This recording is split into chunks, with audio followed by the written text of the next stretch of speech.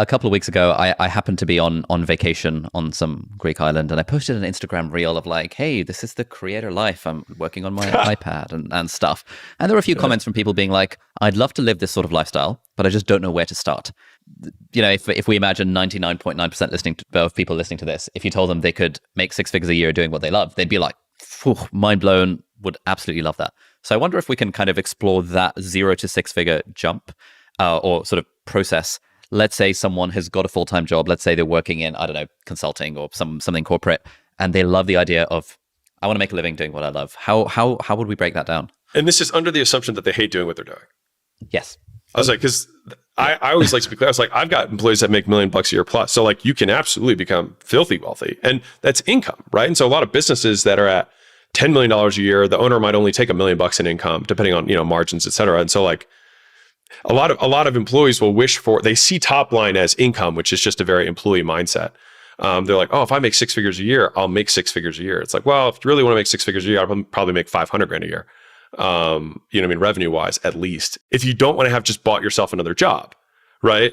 Because so let's talk through this transition. So if you're an employee, when you make the switch, you're still an employee. You're just an employee of a different business that you happen to own, and you are basically 100% of the expenses. And so the business itself actually makes no money. You, as the sole employee of that thing and the boss, gets to call your own shots, but you were still the employee, right? So you're wearing all the hats, et cetera. And so it's relatively nuanced. You know what I mean? Like if you had a 6-figure consulting job and then you start consulting on the side, for example, through your own LLC, you have the same job. You just got rid of the person who was giving you direction, and now you are responsible, right? The thing that most people have to do is they have to go get money, right? You have to go make money. And the way you do that is you sell stuff, right? And the way that you can even begin the conversation to sell stuff is that you have to have people who show interest in the thing, which means you have to make your products known. And we do that through advertising, right? And there's 5 ways to advertise, which I just went over earlier. And so it's like, pick one of those 5 ways, start doing it on a consistent basis, bring people in. What do you sell them? That's what the $100 million offers book is for. Is like, this is how you figure out what to sell. And then you sell them the thing. And then after that, you'll have some delivery. Now, usually if you have a consistent method of advertising and selling with a what to sell from the offer, then you can start getting people to help you on the level of delivery you have, which comes down to breaking the delivery into chunks rather than holistically, and saying, how can I specialize the labor? Because you trying to say, I just need somebody to do what I do is silly, right? You need to figure out, how can I get 5 people to do 20% of what I'm doing and do it consistently, right? And then you can increase your advertising. Sales is a very high leverage thing in the beginning. If you spent all day selling, just you would have enough for 5 people to do work, right? And so then you would have a business, So let's say someone's listening to this and they're thinking, all right, cool. I know, I've read Alex's book. He's telling me I've got to sell a thing. I don't know what to sell. I don't know if I have any skills. I don't know what I could possibly offer to the world. Yeah. How do we break that down? Yeah, this is actually a topic that I cover more in the Leads book that's coming out soon. Soon, relative terms, 6 months-ish. Everybody knows something, all right? And so the idea is, what do you have? Like, everyone has unique depth of knowledge in certain areas because you've been alive and your eyes and ears have taken inputs, period, right?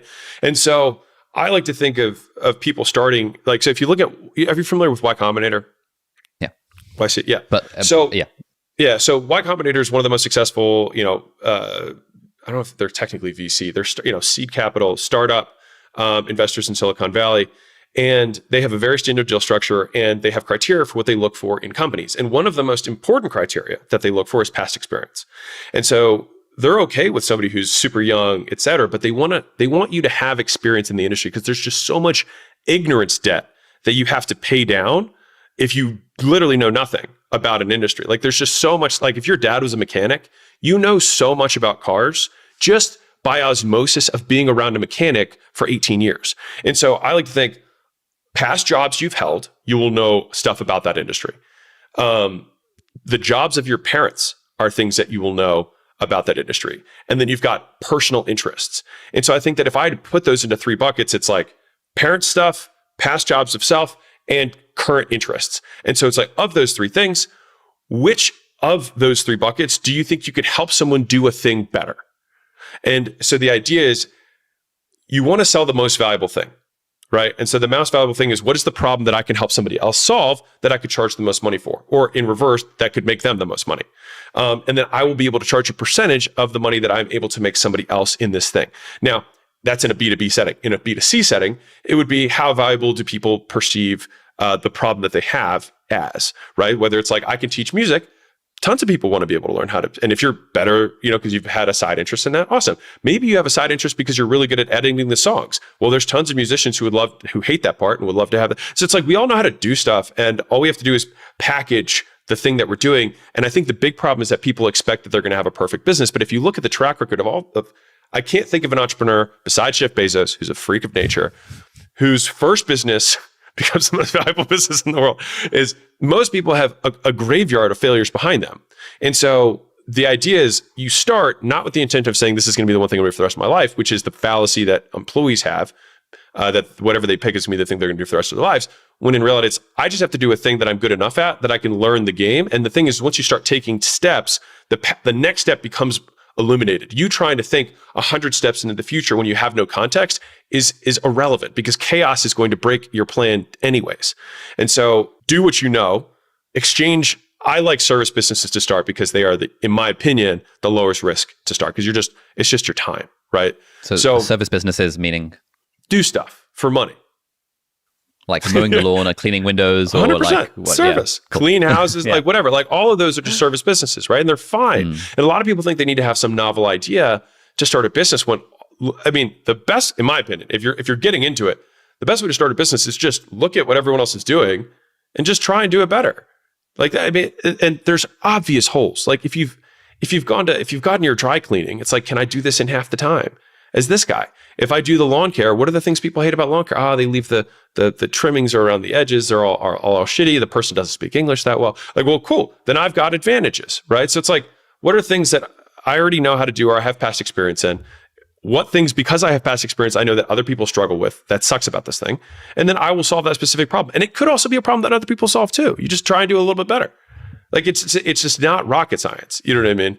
And then you start selling your time for money. So yes, you're still trading time for dollars. You don't need to read Rich Dad Poor Dad just yet, right? You're still trading time for dollars, right? But the point is that you're trading that time for money in order to learn, not to earn.